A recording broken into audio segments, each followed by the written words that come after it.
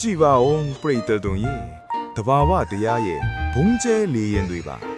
အမေလူသူကတားခက်ကိုချိန်ပြနေတော့တားဖြစ်သူကတော့အောင်ထားရလို့မျက်လုံးလေးတွေတောင်ပြူးနေရှာပြီနာ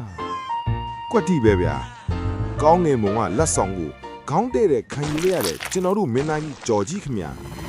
မောတာကြီးမျက်နှာကြီးမြည်ရဲသွားပြီဒေါသတွေချောင်းချောင်းထွက်နေတဲ့ကြော်ကြီးဟာမြမာတို့ရဲ့အာဇေမုံရွာဆရာမိုးကိုတောက်ပြီးအကြံစီတစ်ခုစလိုက်ပါသတိထားပါဆရာမိုးနဲ့တွေ့ရင်လူကဘာမဆိုလုတ်ရဲသွားတတ်တယ်ဗျာဟယ်လီကော်ပတာနဲ့ငါလိုက်ရှာတဲ့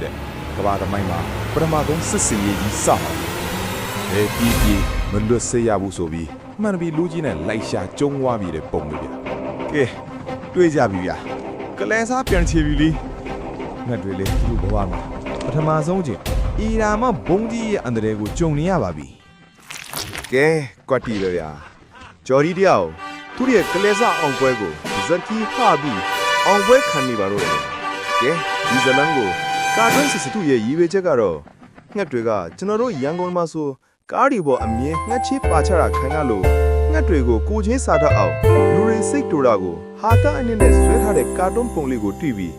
ကျွန်တော်တို့ Great AI မြန်မာကပုံဖော်တင်ဆက်လိုက်ပါတယ်ခင်ဗျာအမပါခင်ရင်လဲခွင့်လွှတ်ပြပါခင်ဗျာ